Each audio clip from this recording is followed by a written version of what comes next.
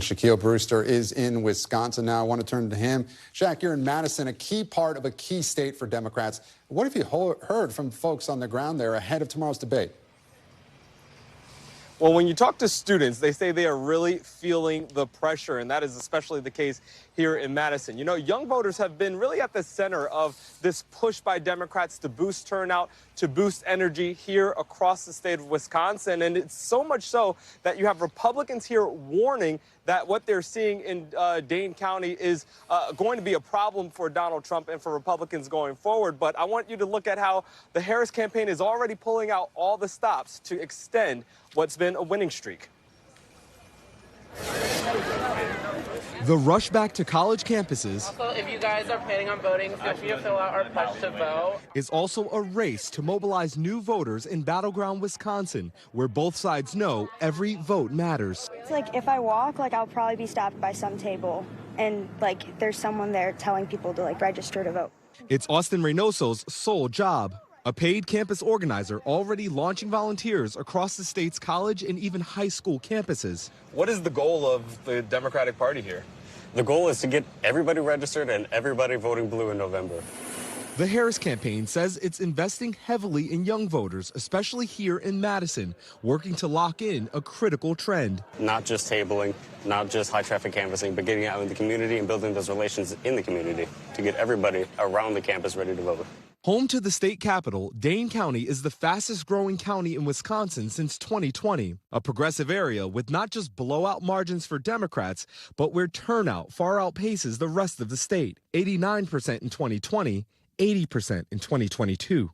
It's a concern for Republicans. Barry Burden is the director of UW-Madison's Elections Research Center. The growth here just seems unstoppable in terms of population growth, but also support for the Democrats, and Republicans have to find more votes to make up that difference. A problem that Republicans have mitigated with big margins in rural areas. Those are very important areas for us. But has the county's Republican chair pleading for more attention. The Democrats in Wisconsin have one of the best turnout operations of any state party in the country, and they zero in on Dane County.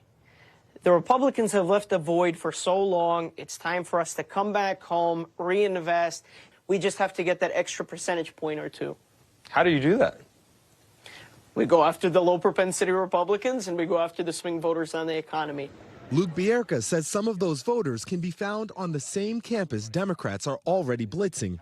I can tell you, as a college Republican talking to a lot of people on campus, there are a lot of young Republican voters that we can get out right now.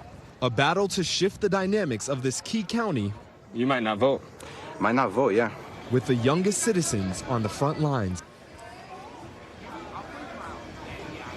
And you hear there, the pushback that you're hearing from Republicans is not that they're trying to flip this county, but really just dig into the margins that we've been seeing expand in Dane County and in this city. And by the way, here on campus, it's not just the local political parties that have been mobilizing here. We've seen the city out here registering voters. We've even seen a super PAC with the table just earlier today doing the same, trying to get these young voters mobilized and activated. Gabe? You know, Shaq, we showed you that New York Times poll that had about 3 in 10 voters, right, saying that they feel they need to learn more about Vice President Harris. And that's compared to just about 1 in 10 feeling that way about former President Trump. Is that what you're hearing in Wisconsin?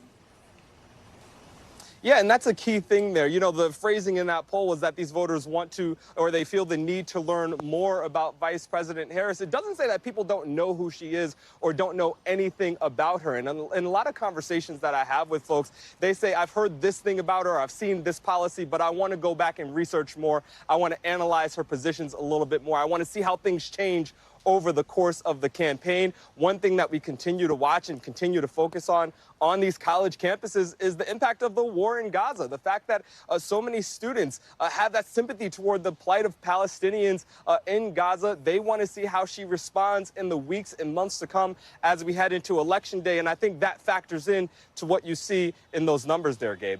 Shaq Brewster, live for us in Madison, Wisconsin. Shaq, thank you so much for bringing us that reporting. Thanks for watching. Stay updated about breaking news and top stories on the NBC News app or follow us on social media.